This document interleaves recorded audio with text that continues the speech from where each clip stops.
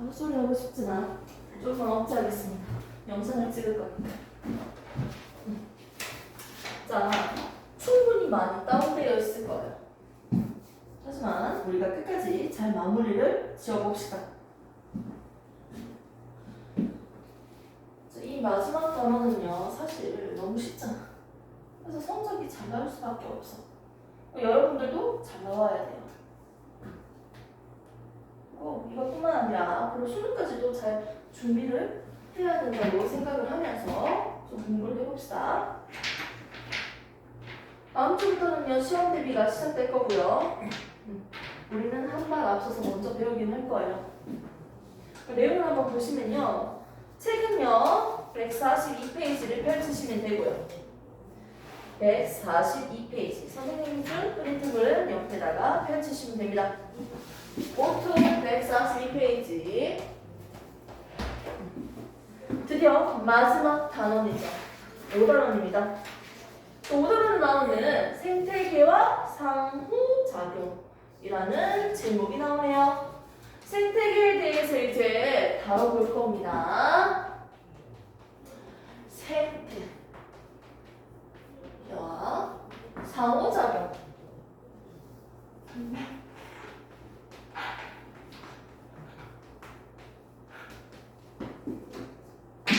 자, 생태계와 상호작용.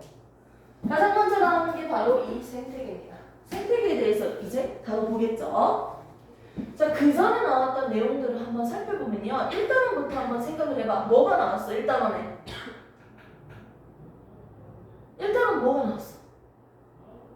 생명체라면 가지고 있는 특징 나오고요. 맞죠?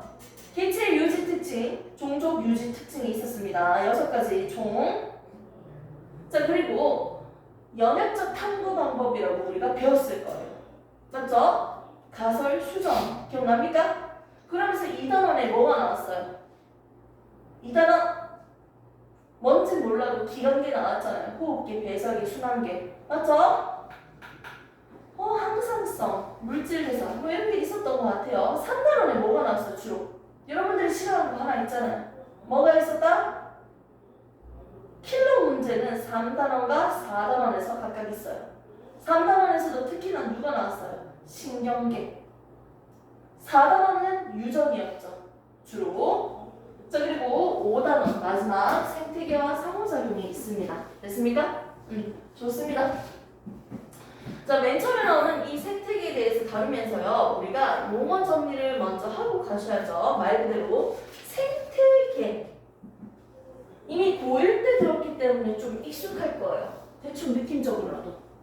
생태계가 뭐예요? 생태계. 명태, 동태, 항태, 생태. 집에서 준비해 왔습니다. 혹시 먹태도 아나요? 먹태? 그 안주 중에서 먹태가 있어요.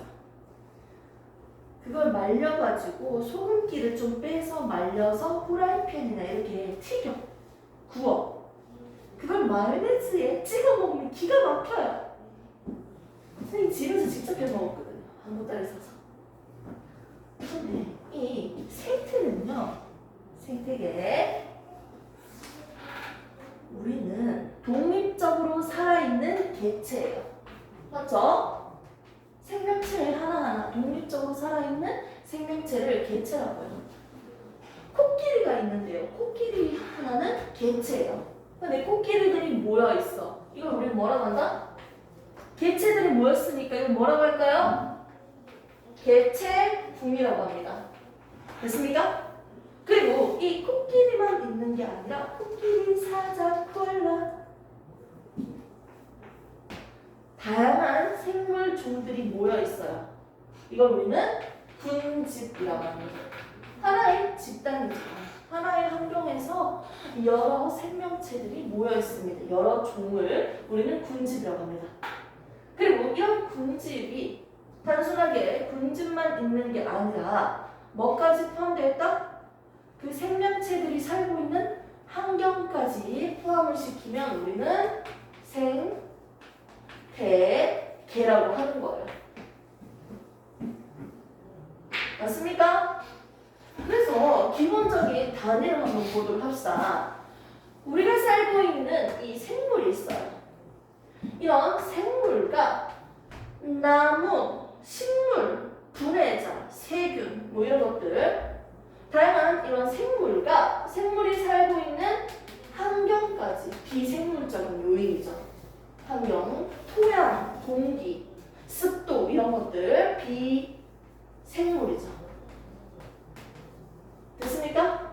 그래서 생명체와 비생물체를 통틀어서 생물과 살아가는 환경을 우리는 통틀어서 뭐라고 한다? 하나의 시스템이다. 서로 유기적으로 주고받는다. 영향을 주고받는 하나의 집단 시스템이다. 라고 해서 생태계라고 합니다.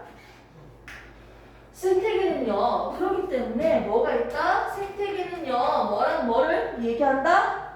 생물적 요인과 생명체가 있다는 거지. 그리고 비생물적인 요인을 통틀어서 우리는 뭐라고 한다? 생태계라고 한다. 됐습니까? 생물적인 요인도 크게 세 개로 나눌 수 있겠네요. 살아있는 녀석, 동물, 식물, 그렇게 보는 것보다는요, 먼저 다른 용어로 한번 봅시다. 생산자라고 합니다. 뭘 생산할까요? 식물들이 강합성을 해서요, 자랍니다. 영양분을 만들 거예요. 생산자죠. 오케이? 그리고 이런 풀떼기를 뜯어먹는 녀석들이 있죠. 서로 먹히는 구조, 소비자. 자, 그리고 동물들이 죽었어. 동물들의 사체나 동물들의 배설물을 분해시켜서 에너지를 얻는 분해자가 있어요. 말 그대로 분해자. 크게 이렇게 세 가지로 나눠볼 수 있습니다. 생명체는 저렇게 세 개로 나눈다는 거예요. 그리고 생물적인 요인이 아닌 비생물적인 요인, 환경이죠, 환경. 얘들은 결국 뭘 얘기한다? 토양, 땅, 공기 이런 것들을 우리가 뭐라고 한다? 비생물적인 요인이라고 하는 거예요. 그러면 생태계는 어떤 생태계들이 있을까요? 좀 궁금해지네. 생태계라고 했을 때 숲, 열대우림 이런 것들이 있을 수 있잖아요. 숲, 열대우림. 또 뭐가 있지? 갯벌. 선생님 이번에는 꼭 갯벌을 가고 말 거예요. 네, 로망이에요. 갯벌 가서 갯벌 야경을 보면서 테라스에서 책을 꺼내서 작업을 하는 거지. 자, 갯벌 또 뭐가 있을까요? 몰라요? 뭐가 있을까요? 전 세계적으로 한번 생각해봐봐. 어떤 생태계가 있을까? 이런 것들 있으면 뭐 하나 꺼내면 바다. 생각하기 싫어요 지금? 그냥? 아무 생각이 없어요? 저녁 먹었어요? 먹었어? 그건 잘했네. 또 뭐 있어요? 감사합니다. 저수지, 강. 근데 적고 싶진 않아요. 또 뭐가 있어요? 산업. 그리고 또 농사하는 거, 농경지. 이런 것도 다 생태계야. 습지, 물 등등. 그리고 산림. 산림 오빠. 미안해요. 지금 광고하신 거예요. 제가 광고를 해드립니다. 오빠는 역시 야채 오빠. 오빠는 어딜까? 이런 얘기 해도 돼요? 유튜브 올라가는데? 뭐 그런 게 있대요, 여러분. 뭐가 중요합니까? 여러 가지 다양한 환경들이 있죠. 맞죠? 열대우림과 열대우림에 서식하는 생명체까지 포함시켜서 하나의 생태계. 갯벌과 갯벌 환경에 살고 있는 생명체까지 포함해서 갯벌이라는 생태계. 다양한 생태계들이 있네요. 이렇게 생태계가 다양하니까 생물의 종류도 다양하겠네요. 환경마다 살고 있는 녀석들이 있잖아. 맞지? 근데 여기 있는 생태계 중에서 종 다양성, 생물의 다양성 다양성이 가장 높은 곳이 어딜까요? 좀 이런 얘기하면 재밌지 않아요? 전혀 재미없어요? 이 수업이 애들한테 헛소리하는 게 아니야. 알았지? 내 삶을 얘기하는 게 아니야. 좀 생각 좀 해볼까요, 우리? 여기 있는 환경 중에서 생명체들이 종류가 되게 많아. 생물들이 살아가기 딱 좋은 환경. 다양한 곳이 어딜까요? 1등. 1등 어딜까? 오, 예! 기억하고 있어요? 옛날 거? 책에 다 나오죠? 열대우림이 1등이야. 오, 이런 느낌이죠. 정글 같은 느낌이네요. 따뜻하고 물도 되게 풍부하니까 생명체들이 살아가기 딱 좋네요. 식물들도 많이 자라고요. 자, 꼴등은 누굴까? 다양성. 다양성이 제일 적은 거. 단순하게 생각해야 돼. 사막은 아무것도 없으니까 떨어진다? 아, 그것도 맞는 말이긴 하네요. 뭐가? 저기 적어놨어. 꼴찌 누구야? 다양성이 제일 낮은 거. 종류가 제일 적은 거. 식물이 많다 적다가 아니고 종류 한번 생각해볼까? 그렇지. 나는 벼만 키우잖아. 특정 종만 재배하기 때문에 다양성이 떨어집니다. 좀 됩니까? 그러면 다양성 2등. 굳이 2등을 꼽자면 누굴까요? 찍어. 살림. 됐습니까? 이렇게 해서 우리는 다양한 생태계를 대략적으로 봤습니다. 좋습니다. 이렇게 해서 봤고요. 선생님 준 프린트물 한번 정리를 해볼게요. 다시. 자, 프린트물 첫 번째 페이지 보면요. 생태계의 구성과 기능. 첫 번째 보겠습니다. 생태계가 뭡니까? 환경과 생물, 즉 비생물적인 요인과 생물적인 요인이 서로 상호작용하면서 서로 연관되어 있죠. 유기적인 관계를 이루고 있는 하나의 시스템을 생태계라고 한다. 생물과 비생물이 서로 주고받는다, 상호작용하는 이 유기적인 관계를 이루고 있는 하나의 시스템, 이걸 생태계라고 합니다. 낱말 하나하나 다 기억을 한번 해볼까요? 자, 그러면서 밑에 있는 단위를 볼게요. 독립된 개체들이 모여서 하나의 개체군을 이룹니다. 개체군은요, 같은 종이야. 한 종이 모인 거야. 사슴들만 모인 거, 토끼만 모인 거, 강아지만 모인 거. 됐습니까? 자, 근데 이런 개체군, 개체들, 다양한 종들이 모이면 코끼리, 사자, 토끼, 다양한 종들이 모여서 하나의 군집을 만듭니다. 해바라기, 파인애플 다 모여서 군집이에요. 자, 그 다음에는요, 이런 생명체랑 뭐가 있다? 환경이 모여서 우리는 통틀어서 하나의 생태계라고 얘기하죠. 밑에 용어가 다 정리되어 있습니다. 됐습니까? 밑에 있는 생물적인 요인부터 한번 뜯어봅시다. 생물적인 요인은 크게 생산자, 소비자, 분해자로 나눕니다. 대표적인 예를 선생님이 적어놨죠. 즉, 생산자를 본다면 이 생산자는 뭐라고 얘기할 수 있다? 적혀져 있지만 얘는 식물이라고 우리가 보통 얘기할 수 있는 거지. 그래서 식물, 그리고 식물 플랑크톤, 작은 생명체라는 거지. 식물 중에서도. 그리고 조류, 이런 것들이 있죠. 조류, 꼬꼬네 이런 조류 아닙니다. 자, 얘들은요, 강합성을 할 수 있는 녀석이기 때문에 뭘 한다? 무기물을 가지고 뭘 만든다? 영양분을 만든다. 유기물을 합성하는 녀석이 바로 생산자입니다. 자, 그 다음에 두 번째, 소비자입니다. 소비자는요, 그 밑에 잡아먹는 거예요. 근데 소비자 중에서도 1차 소비자, 2차 소비자, 3차 소비자가 될 건데 어떤 개체가요, 풀을 막 뜯어먹어. 토끼를 막 뜯어먹어요. 아, 토끼를 뜯어먹는다고요? 토끼가 풀을 막 뜯어먹어요. 생산자를 뜯어먹으니까 이건 뭐다? 토끼는 1차 소비자예요. 됐습니까?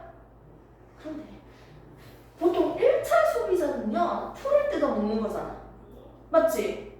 보통은 1차 소비자는 보통 우리가 초식 동물이라고 많이 얘기할 수 있겠네요. 맞지? 잡식도 있지만.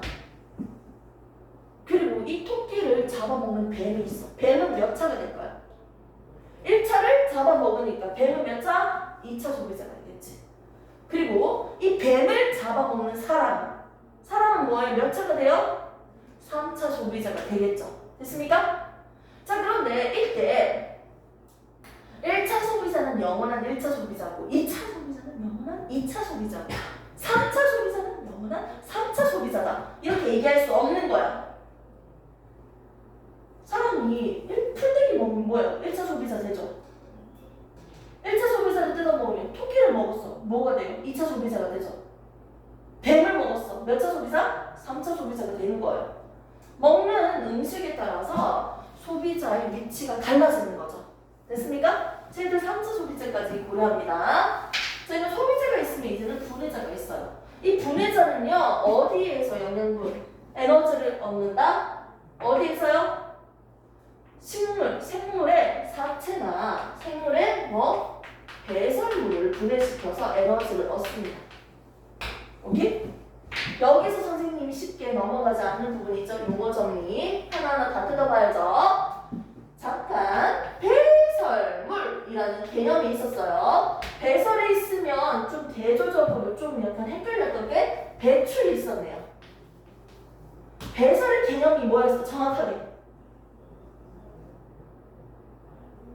이거 맞추면 시간타임 10분 10분 일치 맞춰줄게. 바로 얘기하면 내가 바로 맞춰줍니다. 10분 전에.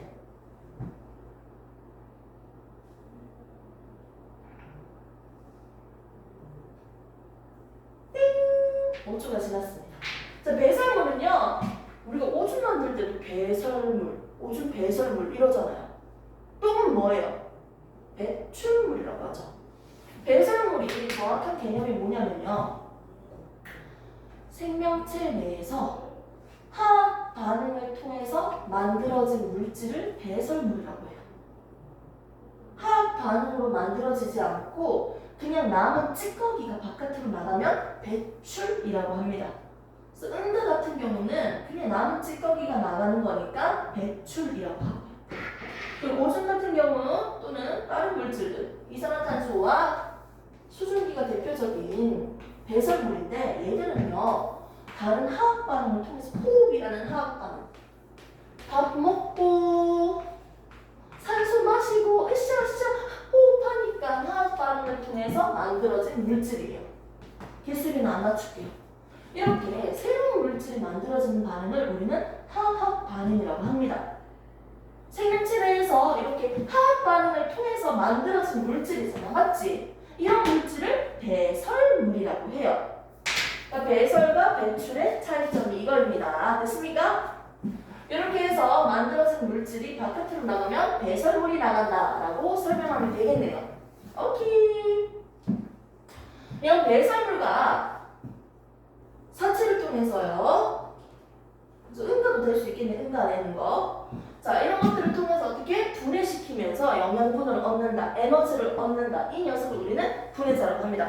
각각의 대표적인 예들을 체크를 꼭 해주시고 지금 한번 외워볼까요? 좀 귀찮으니까 지금 하면 좀 왠지 안 외울 것 같은데. 자, 맨 처음에 생산자는요, 식물 또 뭐가 있을까요? 식물. 제 책이 계속하는 것 같은데 괜찮은 거 맞죠?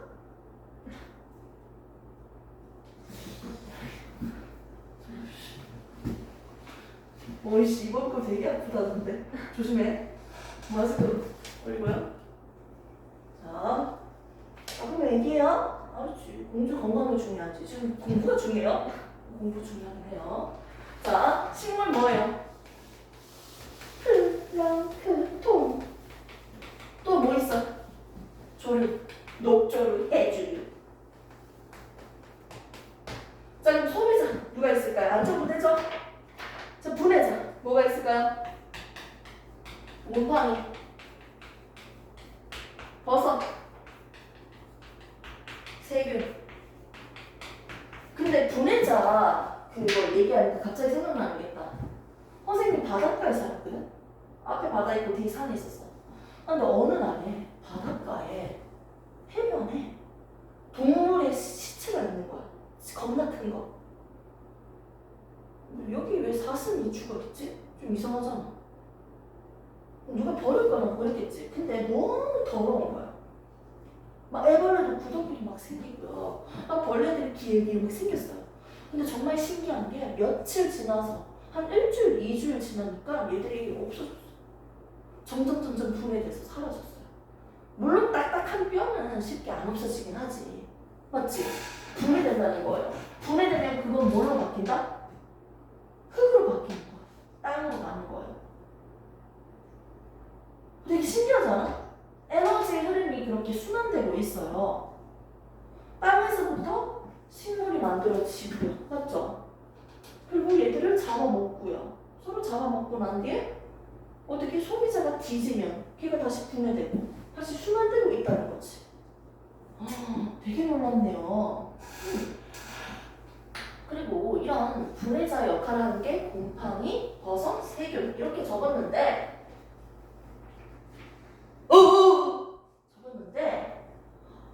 이게 되게 신기한 게 뭐냐면 생물적인 요인이랑 비생물적 요인이 있다고 했잖아. 맞지?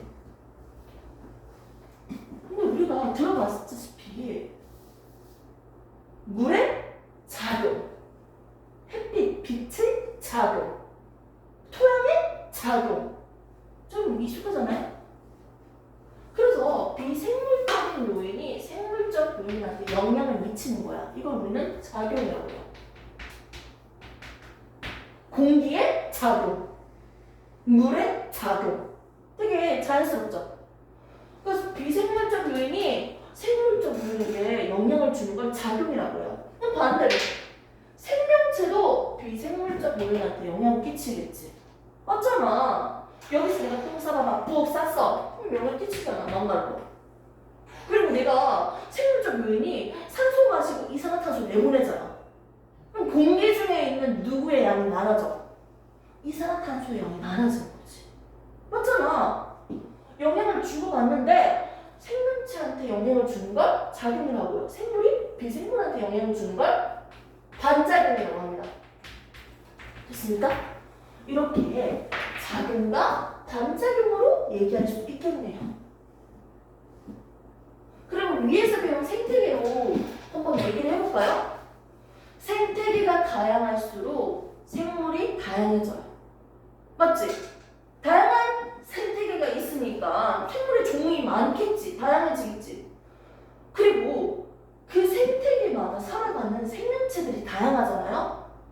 생명체들이 살아가면서 그 환경을 변화시켜요. 생물이 또 다양하면 생태계가 다양해져요. 아니 지렁이가 꼬불꼬불 지나가니까 토양이 비옥해지잖아. 서로 영향을 주고받는다고요. 맞죠? 그래서 생태계가 다양하면 생물이 다양하고 생물이 다양하면 생태계가 다양해져요. 서로 영향을 주고받네요. 여기서 생태계 안에 있는 생물적 요인과 비생물적 요인도 서로 영향을 주고받죠. 작용과 반작용이 있겠네요. 그리고 여기 안에 있는 생산자, 소비자, 분해자도요. 서로 영향을 주고받습니다. 서로 영향을 주고받는 걸 우리는 뭐라고 한다? 상호작용이라고 합니다. 그래서 지금 표 나와있죠, 그림? 생산자, 소비자, 분해자, 삼각형으로 그려져 있습니다. 상호작용. 오케이. 자, 1페이지 선생님 준 프린트를 보시면요. 오른쪽 그림 밑에 보면요. 상호작용입니다. 생물적 요인들이 서로 주고받는 거라 했잖아요. 먹이와 서식 공간을 두고 서로 경쟁하거나 서로 먹고 먹히는 관계, 서로 영향을 주고받는 이러한 모든 관계를 뭐라고 한다? 상호작용 관계이다 라고 설명할 수 있습니다. 됐습니까?